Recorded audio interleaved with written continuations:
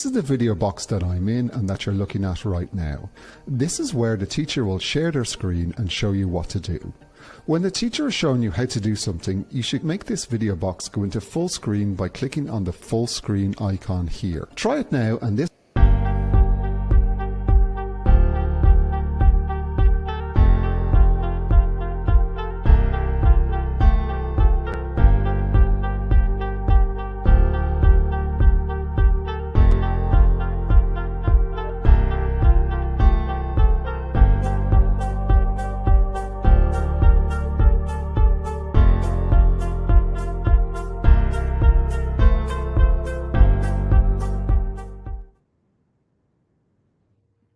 Hello everyone, this is Radhika from Coding Island. Welcome to today's Code Along sessions. So today we are back with another Microsoft MakeCode game called Beat the Clock. In this lesson today, we're gonna do time-based coding. We learn about timers, countdowns, and as an enhancement to the game, I'll also show you how we can make it multiplayer. So here's a little preview of how the game's gonna look like. We are this player with this box over here, and we have a target which keeps on moving around the screen. Using the arrow keys, I have to try and catch the target. I have 60 seconds to make as much of a high score as possible. So, to make the game more interesting, we have another version of it, which we will do towards the end of the game, where we make the game multiplayer and we make it a human versus computer theme. So, as you can see, a computer is also trying to catch the target. So, we are player red, and this player number 2, or you can say the computer is player number 2 in blue, and whoever catches the target scores a point. Again, at the end of 60 seconds, whoever scores the maximum points is the winner. So I'll show you both versions of the game. For now, let's begin with step number 1. Just give me 1 minute.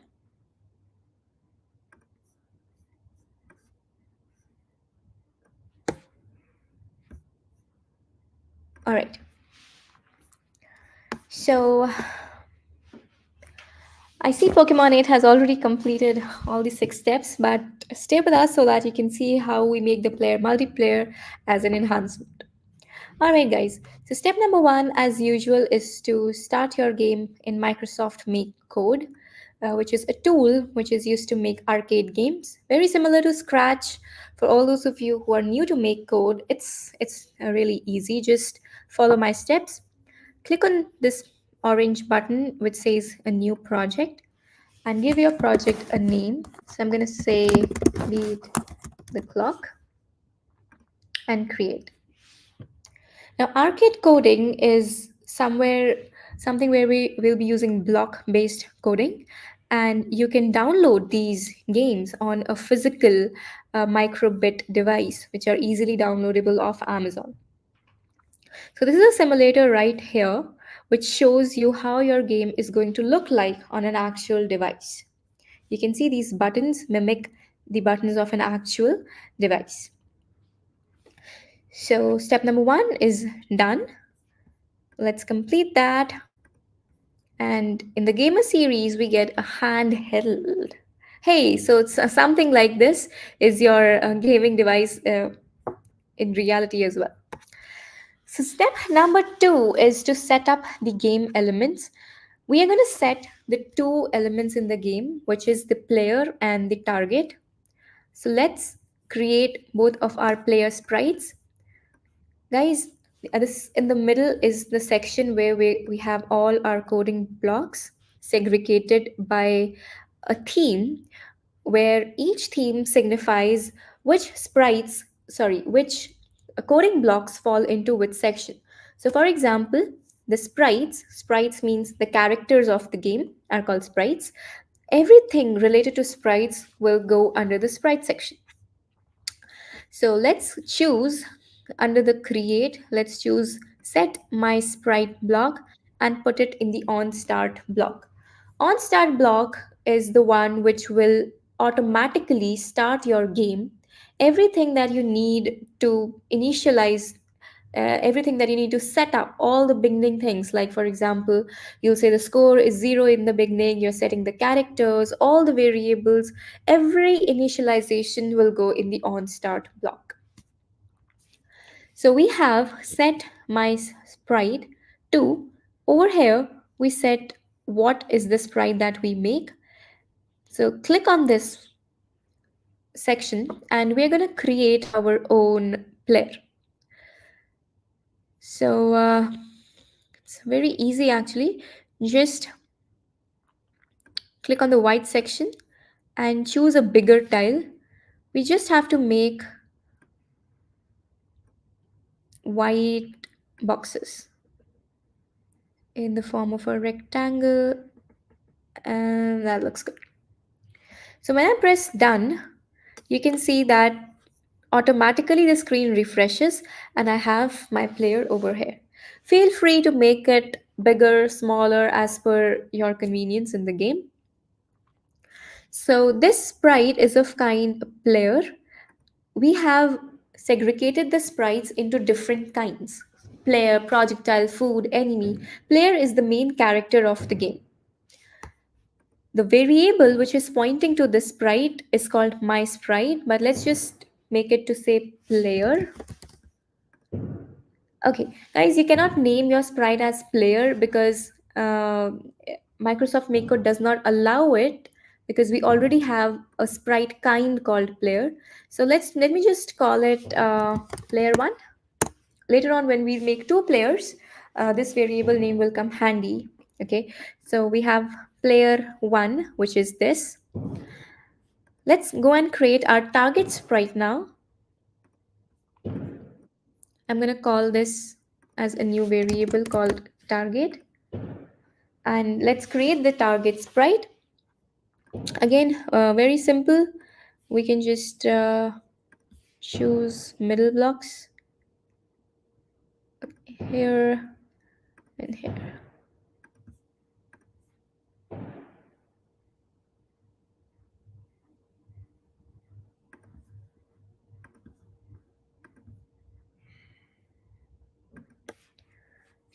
I think this one should just get erased. And yeah, this looks good. Let's see how my sprite looks like. Okay, guys, you see everything is on the center of the screen. That is because whenever you create any sprite, it automatically just positions itself to the bottom, sorry, to the center of the screen. Now we have our variables ready, player one and target. So let's move on to step number 2 of the game. Do we have... okay. We get a holly berry. That's a Christmas tree decoration. Okay, guys, step number 3 is to move the target and the player. Now we have our sprites ready. Now we need to position them and move them across the screen. So let's see how we are going to do that. First things first, we're going to move our player 1. To move the sprite, we have coding blocks in the section called controller, and very first block you can choose which says move sprite with buttons, and just put it under player 1.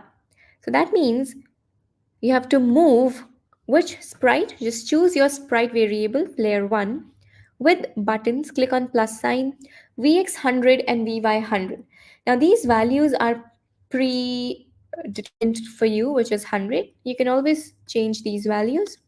Vx and vy means velocity along the x-axis, which is horizontal axis, this one, and y-axis, which is vertical, that means this one. Velocity is nothing but speed along with direction. Okay, so when we press the left and right arrow keys, as evident from here, you can move it with speed 100, and with up and down arrow keys, you can move it vertically. When you're playing this game on your actual device, you can just use the physical buttons of the device. So this is achieved. And now, what do we want our target to do? We want every few seconds this target just go to a random position. Okay, guys? So when we want to do something every few seconds, we have something in the game section over here which says on game update every few seconds. Now, what this block does is, it's different from the on start block. It's a different script. In the on start block, we have just set up all the beginning things, the players, the target, the moving of the player. Now, this is a different block which says what should happen on game of update every 500 milliseconds. That means half a second. So we're going to change that and we'll say every 5 seconds, or let's make that to be every 4 seconds. Okay, so every 4 seconds we want the the target to change its place. So again, go to sprites, and under the physics section, which sets the position of the sprite, choose my sprite position. Set the target's position to x and y coordinates. Now, guys, x and y will give you the coordinates of the sprite. X0 and Y0 corresponds to the top left corner of the screen. As we move across the right section, so I'll show it with the sprite. This is X0 and this is X160. Okay. Similarly, that means the screen is 160 pixels wide. Along the y-axis, we have y0, and all the way bottom, we have 120. So it's 120 pixels in height and 160 pixels in width. So somewhere along the center, you guys can calculate. It's 80 and 60. So 80 comma 60, 80x and 60y is the center of the screen. So we want it to go to a random x position. So you can see if I set it over here, it refreshes and the target places itself at x67. Similarly, if I set my y to come down, you can see the position is coming down, right? So you can see over here how the x and the y are changing. It's x0 and 0, and then it keeps on changing. So what I want is to get a random x from 0 to 160 and a random y from 0 to 120. To do that, we have a math section which is responsible for all the mathematics involved coding blocks. And you guys have to choose the pick random block. What it does is, if I say pick a random number from 1 to 160, it can choose any random number. So I'm going to put this inside the X block. And I'm also going to put the same thing for the y-axis. For y-axis, choose the random between, sorry. Okay, how do I make this go back? Okay, from 0 to 120. Okay, so let's see what happens. Now, a random x and a random y was chosen. Every 4 seconds, it's going to a different position. If you guys want to see what random position are being chosen, guys, I'll just show it to you for a minute. Let's see how we can do that.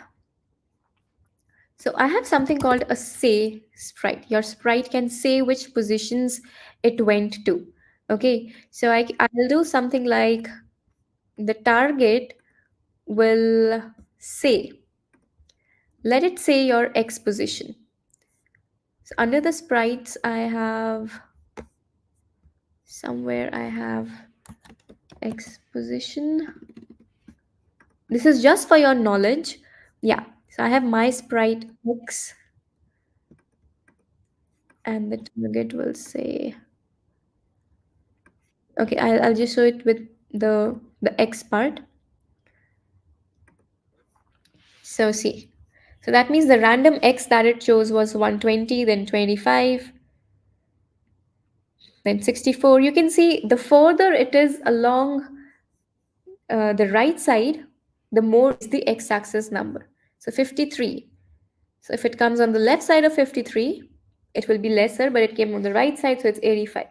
Okay. Similarly, I can also show you the y component.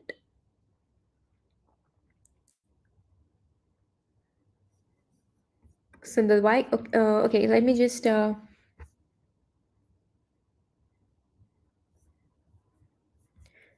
there's something called a join block. Let me join the.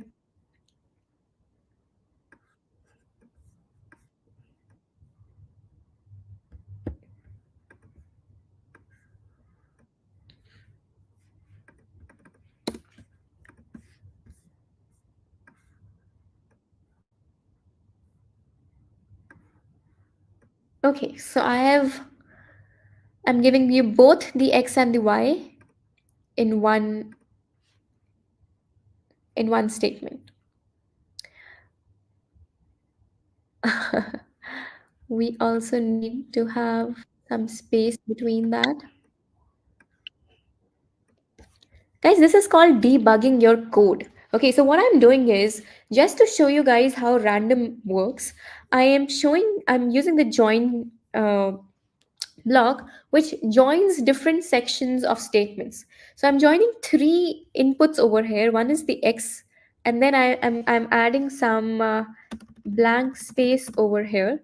Okay, in an empty string. Okay, I'm just adding some empty string, and then I'm making it say the y coordinate. So let's see how it looks now.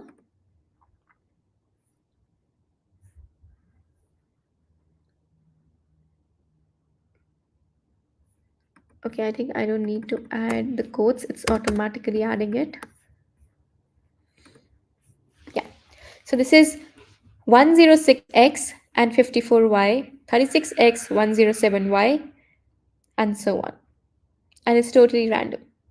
So anytime you guys have to debug your code, debug means checking what values are being chosen by the code when you cannot see it otherwise on the screen. Okay, so that's how you can debug your code in future. I'm just going to put everything back. Okay, with that we are done with step number 3.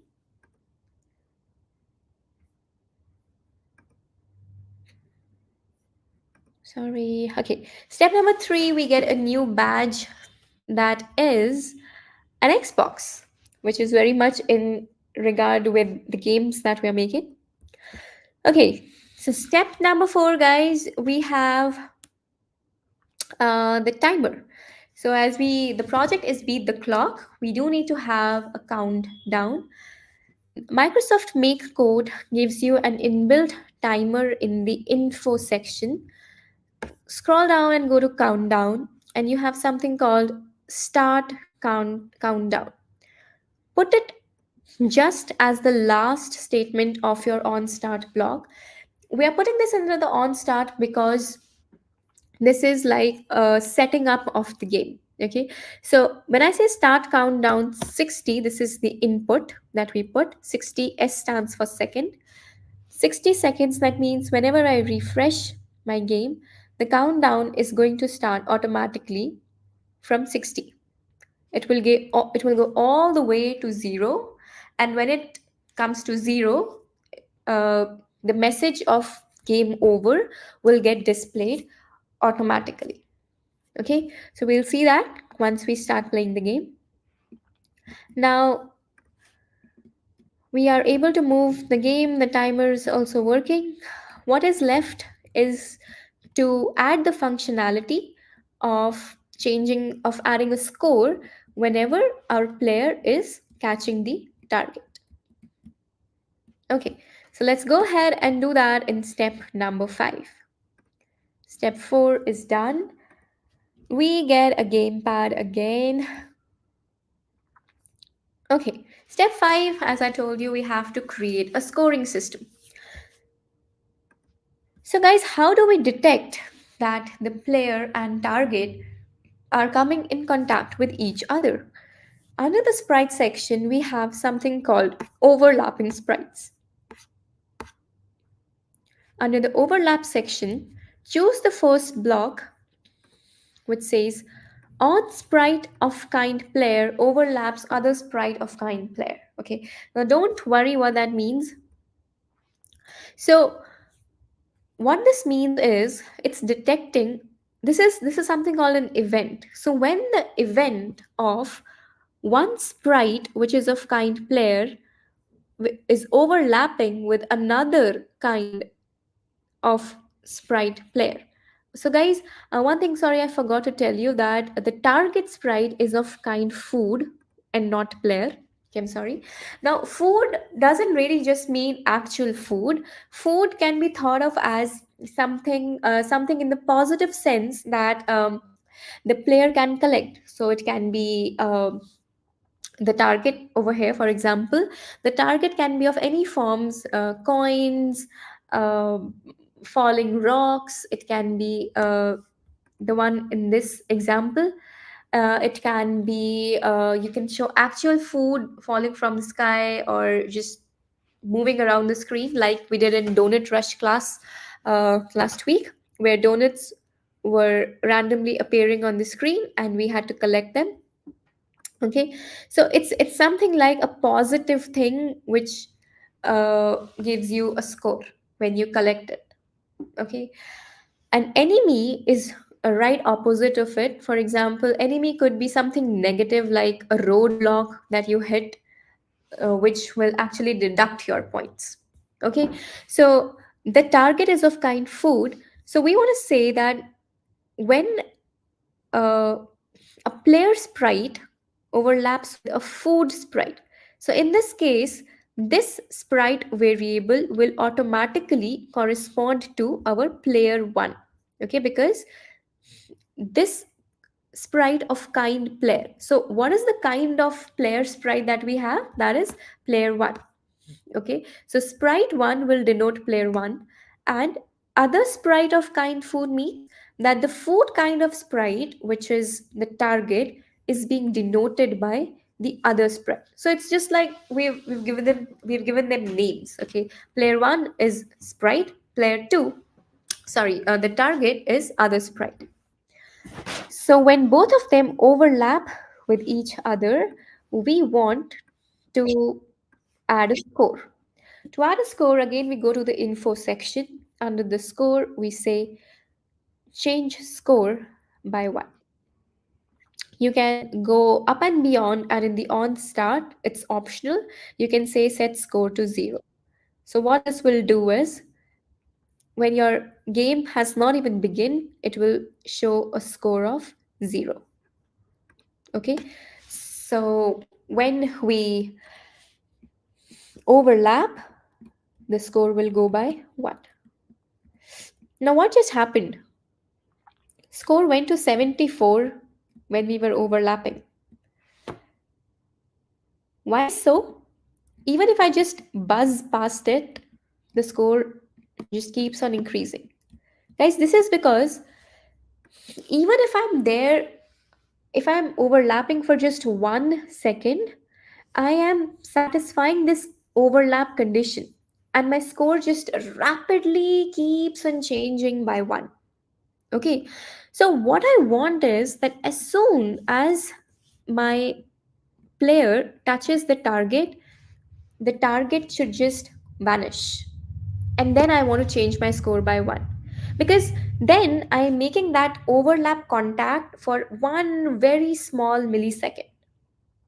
Okay, the more amount that we have in the overlapping, the more the overlapping duration, more will be your score. So instead of moving 1, we actually just change so much. So what I'll do is I'll before I change the score, I will move my target to another place. I'll just copy paste from the game update section. Just copy this code, and whenever the player and the sprite will overlap, I will immediately just move my um, sprite, the target, to another place and then change the score. Let's see. I hope you guys are able to catch that. As soon as I touch the sprite, the target sprite, it just changes its position to a new random position. And hence the score only changes by 1, because in that very 1 millisecond we change the position and we change the score. So the overlap duration is just 1 millisecond. I won't say 1 millisecond, it's just that everything is happening in that one instant. Okay guys, with that we are done with this step. Let's scroll over to another step. Let me mark this as done.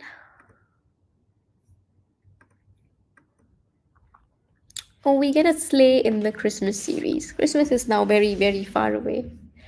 Okay, so now all that is left is to test our game. Let's do that, guys. Okay, so I am playing the game. Now it's very easy as of now because the time is just 4 seconds. I mean, the time that it chooses to go away is 4 seconds.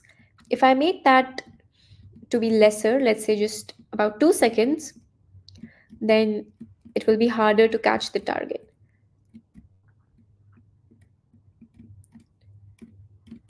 You guys can always make that modification.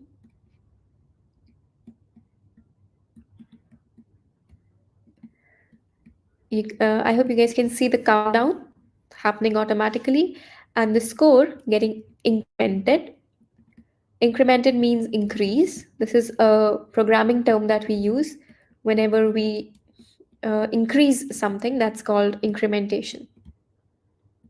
Okay, so guys, the countdown went to 0, and automatically, see, I did nothing extra to add in the code, but the game over message came automatically, and it's displaying the score that I made. And what is this A, guys? This A means this A button on your physical device to restart the game. On your laptops, A corresponds to the space key. So if you press the space key, the game will start again. Right? So that was the testing part of the game, and we get the sun in the summer series. So to download and test your game, I'll show it to you once we do the enhancement part. Okay, now guys, one very simple enhancement that you guys can make is to just add sound effects. That is very, very nice. You guys can go to the music section and add sounds. So say something like play sound. Every time that you overlap, you can play a sound. You have so many sounds over here. You can choose whatever feels good to you. So let's say I play let me choose okay, I'm gonna choose the knock sound. So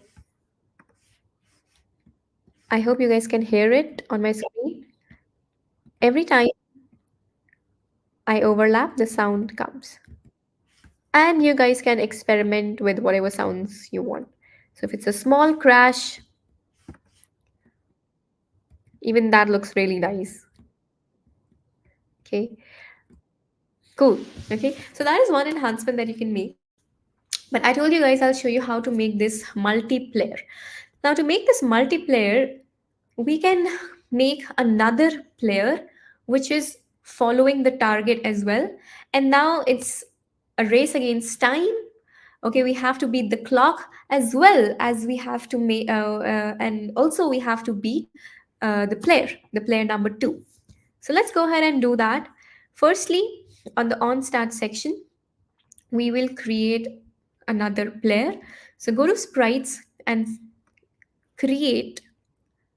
Now guys, just notice where I put my sprite. So of course I'll put it in the on start section, but I can put it here, here, here. It's up to you. But talk about good coding practices, we should follow some kind of a format, okay, a convention. So I can put my sprite, new sprite over here, but then it's always good to put it under the first play, okay, so that it looks like some sort of a pattern. So we are creating all the players, then we create the target, then we set the countdown and the scores. So it's easy to read, it's easy to understand when someone else is looking at your code, or even when you are looking at your code. So let's create a new variable, new sprite variable. I'm going to call it player 2, and let's give it an image. So this time I'm not going to make it. I am going to go to the gallery, and I'm going to choose a ninja, okay, who's there to sabotage you. You guys can choose any player that you want. And as I told you, it's coming for you. It's coming in the center of the screen. Okay. Now, guys, it's up to you. You can choose it to be the enemy. You can choose it to be of type player itself. Really, it doesn't matter. A little bit of coding will change. So, uh, so what do we do? Let's just keep it of kind player. Okay, and we'll see how it goes. So this is another player, and this player will move. How will it move, guys? Now we are not moving this with buttons. Okay, we want to follow this. We want this to automatically move and follow the target. So go to sprites, and in the physics section, there's something called set enemy follow sprite. Now choose that and put it under this section. So what is happening now? Your player 2 is always following your target. Just have a look at it.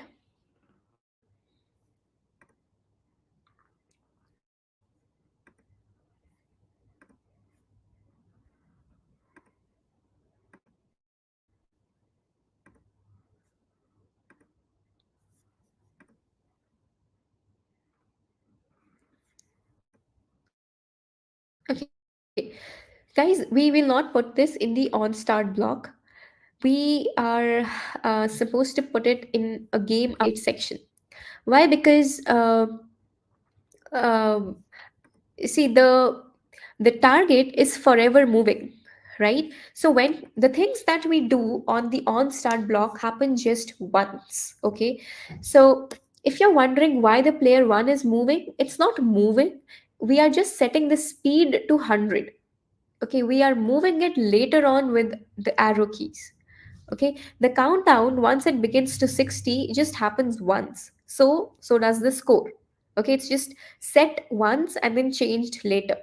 So when we say that the player 2 has to follow the target is uh, continuously changing its direction.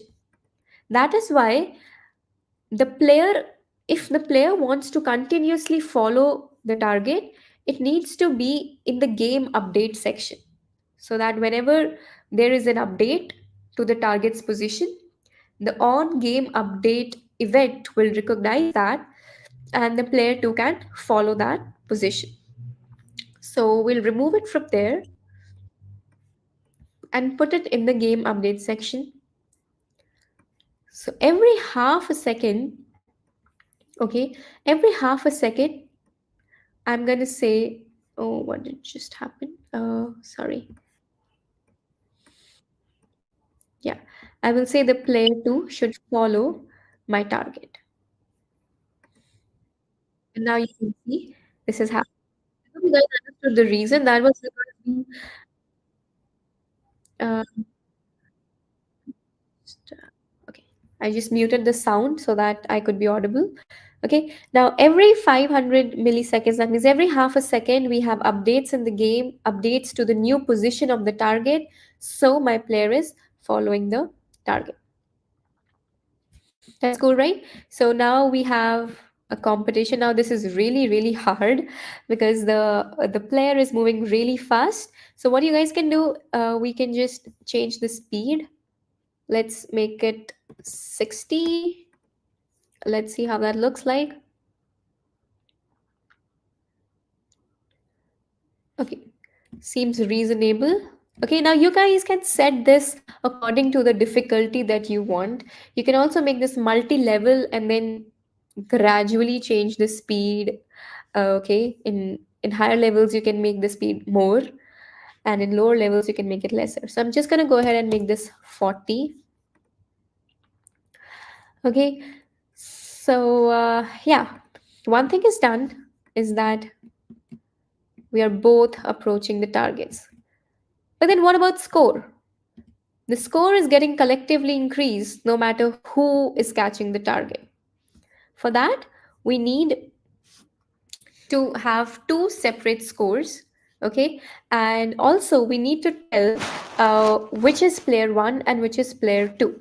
So if you go inside the controller, we had we were moving the player 1 with uh, with the single player controls.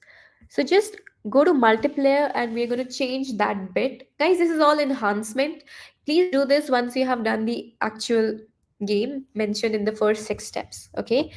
And yeah, so multiplayer, now this is very similar except that it tells you which player it is. So I will just replace it with this, and it says move player 1. Now I am telling it which is player 1. Player 1 is my sprite called player 1, and rest everything remains same. See, this is the exact same code except that I am just telling this is player 1 is player number 1. You could also give it different names like user and computer, human and computer, whatever. Okay, I'm calling it player 1. Similarly, I will tell which is player 2, and I will say player 2 is my variable called player 2. Now I don't need to give this one speed. I can just tell this speed to be 0 and 0 because I am not moving this with my arrow keys. I am actually moving this with this code where it's automatically following with speed 40. Okay, so let's see if this still works. Yeah, it's still moving. And as soon as I introduced player 1 and player 2, you can see these four players which are coming in my screen. This is just for adding effects. Okay, um, and also to signify that the game is now multiplayer. So you can add up to 4 players in your game. We're just doing 2. Okay, now our players are set. We just have to worry about the score. That is also very, very easy. So when we have the overlap of the sprite uh, and the food, so see guys, we have both player 1 and player 2. So when we say on sprite of kind player, now this sprite can refer to the player 1 sprite, right? And it can also refer to the player 2 sprite because both of them are of kind player. So I have to check if my sprite is player 1, then change the player 1 score. And if my sprite is player 2, then change the player 2 score. To do that, we go into logic where we have an if and an else. So let me code that. So under the if section, I go to comparison and put this under here. Now the comparison block will will check the left hand and the right hand side. Just put that diamond inside, drag this sprite variable, and we check. If sprite is equal to, go to your variable section, you will see all your variables over here. Drag out player 1. If sprite is equal to player 1, then we change the score. Now, score also, guys, you have, go to the multiplayer score, and we will change the player 2 score. Change player 1 score by 1. So I'll just remove this and put this over here. So if sprite is player 1, then change the player 1 score by 1. Otherwise, obviously, if it's not player 1, it's player 2. Otherwise, change the player 2 score by 1. And in the beginning, where we are setting the score to 0, we can just set player 1 score to 0, and we can set player 2 score to 0. Right click on the empty screen and say format code. It will just make your code beautiful. Okay, let's see if it works. So I'll just give a recap of what we did, guys. Nothing, very simple. I have just changed the code to reflect to multiplayer. So player 1 is player 1, player number 2 is player 2. It's not moving because it's moving on the game update. And we are setting the player 1 and 2 to 0, the score. And when we overlap, we are checking if the sprite kind of player is of player 1 or player 2 and changing the score accordingly. So let's see if I refresh. See, the score is 0. It's 0 and 0. So player 1 is the one in red and the player 2 is the one in blue. So 1 and 2 is signifying the player numbers, and the one which has background color blue and red, that is the score. So as of now, our our player 2, which is the computer, our enemy we can say, is the blue one, and it has scored 14. And now we are going and trying to collect the target. So now our score is also changing. So now that is like a good face off, right? Let me see if I can make it up in the 15 seconds that we have left. Okay.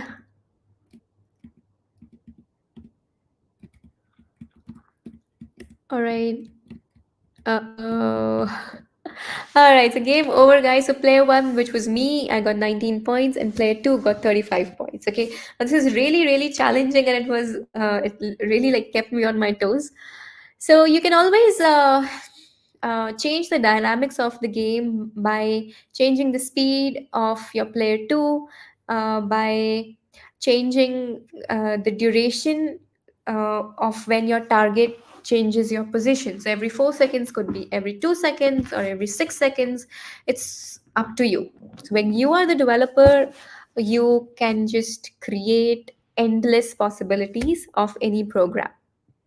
Okay, guys, so that was all about the enhancement. I hope you guys would like it. And all those of you who see the lesson later offline, I encourage you to do try the multiplayer part. It's really interesting and it makes your game more exciting. So that's it. Okay, I'm going to show you step number 7, how to download and test your code. For that, you do need a physical device. Once you have that, just save your project. Click on the download section, the 3 dots. First, you have to choose your hardware. So I'm assuming if you have, let's say, anything, guys. Okay, so if you have a BrainPad Arcade, so you choose your device and then you say connect device. So once you have it, you have to connect your device and your laptop through a cable. Once you've done that, so now I don't have a device with me right now. Once you've done that, it will connect, and it will start pairing. Your game will reflect on your device. So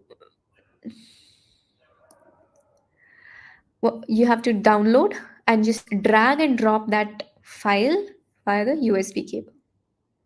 That's it, guys. So I'm just gonna mark this step number 7. It's done, and we get a pair of socks.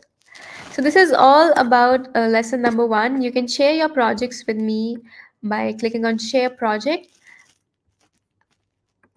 and just choose the share project link, copy this and paste it under the submit your project name. So if I say it's beat the clock, put it, the link, just give it a description and share it. Okay, is it?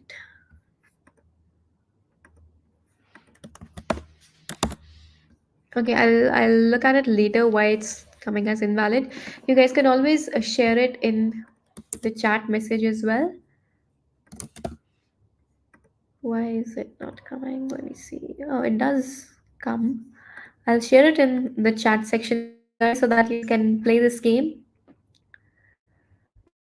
And it's done. You can also play it multiplayer with actual players.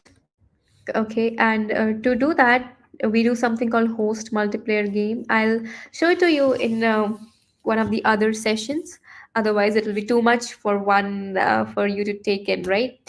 So meet you guys next time. I'm just marking this lesson as complete. And that's it, guys. So I hope you guys had fun. Next week we are gonna have the student favorite build battles, and hoping to see more people over there so we can have live battles on stage. Okay, guys, see you next week. Bye, have a nice day.